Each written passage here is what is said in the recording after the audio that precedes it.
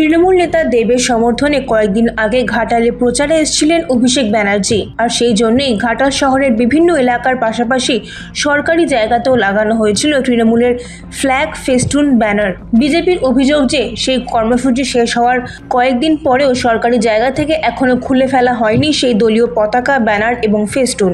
BJP কর্মী সমর্থকরা নির্বাচন কমিশনে অভিযোগ জানালেও তৃণমূলের এখনো কোনো হেলদোল হয়নি। তবে নির্বাচন কমিশন এই অভিযোগ পেয়েই নিজেদের কাজ শুরু করেছে। তবে এই ঘটনায় বিজেপিকে কড়া নিশানায় বেঁধেছে তৃণমূল। আমার বক্তব্য, নির্বাচন কমিশন কি চুপচাপ আছে কেন? যদি আমি কোথাও অন্যায়ভাবে লাগিয়ে থাকে, আমার দল যদি লাগিয়ে থাকে, নির্বাচন কমিশন খুলে নেবে। আমার লোক তো আর আপত্তি করতে যাচ্ছে না, আমার লোক তো আর ভয় দেখাতে যাচ্ছে না।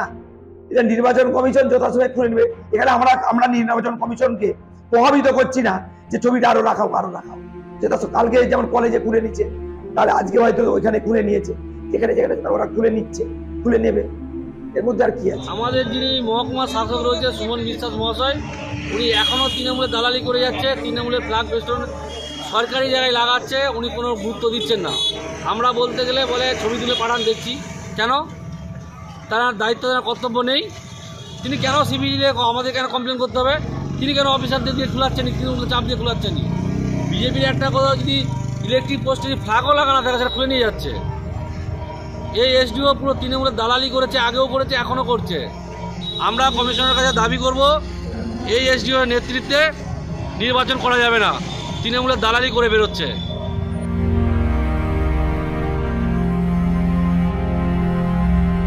ঘাটাল থেকে নিজস্ব প্রতিনিধির রিপোর্ট, এএনএম নিউজ। আরও খবরের আপডেট পেতে সাবস্ক্রাইব করুন আমাদের ইউটিউব চ্যানেলটি আর বেল আইকনে ক্লিক করুন নোটিফিকেশনস পেতে।